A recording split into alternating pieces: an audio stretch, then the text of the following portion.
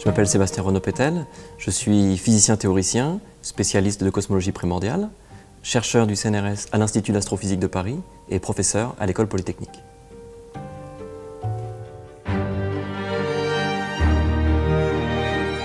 La cosmologie est la science qui vise à comprendre l'univers dans son ensemble.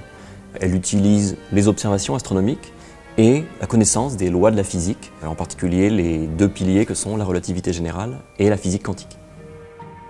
La cosmologie primordiale cherche à établir l'état de l'univers tel qu'il était il y a plus de 13 milliards d'années, quand tout l'univers observable était contenu dans la taille de cette pièce.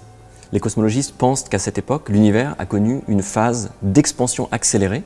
Et ce qui est incroyable dans cette théorie qu'on appelle l'inflation cosmologique, c'est que des fluctuations quantiques, qui d'habitude se manifestent uniquement aux échelles microscopiques, ont été étirées par l'expansion de l'univers pour former les germes de ce qui allait devenir, des milliards d'années plus tard, les galaxies que l'on observe actuellement. Cette théorie de l'inflation, bien qu'elle ait passé de nombreux tests, elle reste très mystérieuse et mon travail cherche à la cerner de manière plus précise. Il y a une idée qui m'intéresse particulièrement, c'est celle d'utiliser l'univers et l'inflation littéralement comme un collisionneur de particules.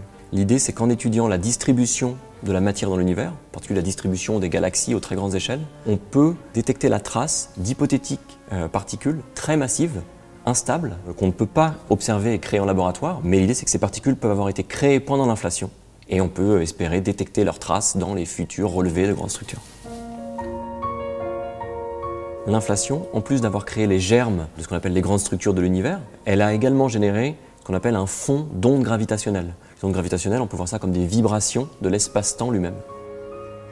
On les recherche activement et je suis en particulier impliqué dans la mission LISA de l'Agence spatiale européenne qui consistera à lancer dans l'espace des détecteurs d'ondes gravitationnelles dans une dizaine d'années environ.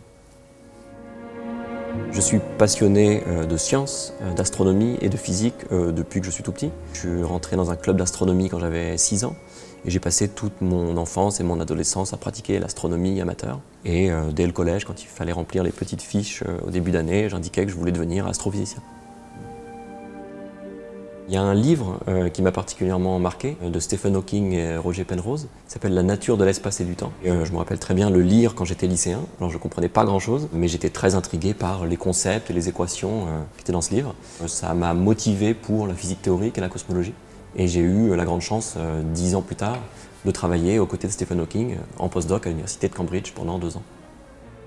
J'ai été très honoré de recevoir cette médaille du CNRS. Je prends ça comme un encouragement à continuer mes recherches et mes activités d'enseignement, de diffusion des connaissances et de formation des jeunes chercheurs.